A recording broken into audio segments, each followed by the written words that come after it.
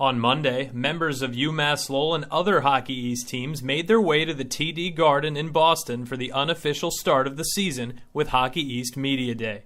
The Garden plays host to the Hockey East tournament on a yearly basis, but this upcoming season holds even more intrigue as it will play host to the 2015 Frozen Four. We like to make reference to the fact that we begin our season and end our season here at the TD Garden, and it's even more so this year with the 2015 Frozen Four being hosted by the Garden and Hockey East in April. So we certainly hope one or more of our schools are still standing on April 11th, the last night of the regular season. The Riverhawks were picked 7th and garnered one first-place vote in the Hockey East preseason coaches poll, but head coach Norm Bazan is not focused on where his team sits preseason. He's focused on his team improving in a potent early season schedule. We can lose a lot of mental energy thinking about polls. It's the game's not played on paper, and thank God for that. So we're looking forward to working with this group and seeing what they have. You got to go through adversity.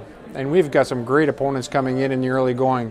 So we're going to have our share of adversity, and more importantly, everybody's going to have an opportunity to have an impact, and I'm looking forward to that. The two-time defending Hockey East tournament champs returned 4 of their top 8 leading scorers from a season ago and have 16 newcomers on this year's roster.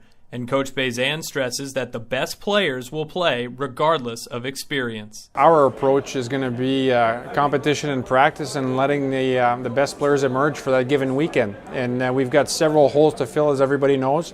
And I'm really looking forward to seeing who can rise to those challenges and, more importantly, fill one of those roles. It's a larger group to work with. There's no question that getting them to know the systems, etc. How the process is no different.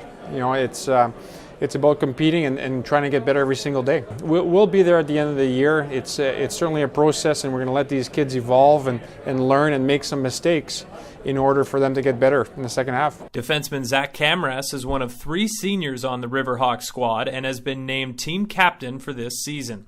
And he says that the feelings coming into his final season are unlike the ones he's had previous years. I'd be lying if I said it's the same, because obviously it's my last year, so you know, you think about that a little bit, but it's almost more exciting because now you want to leave on a good note, so you want to leave your legacy, I guess you could say, as we kind of say around the rink. But no, and I think as captain, which is an honor, it's you want to like make sure you exemplify what it is to be a Lowell guy. With all the new faces out on the ice, Kamras says that the chemistry of the team will be the most important aspect. I mean, for us, I think it's unity and camaraderie. Just, you know, if we're playing together as one and a collective, then we're going to be more successful than a bunch of individuals running around. So I think for us, it's just working together and working for each other. There's a lot of new faces, but there's plenty of guys returning that help out with that too. But everybody kind of somebody that played with somebody, or they played with your old team or against your old team. So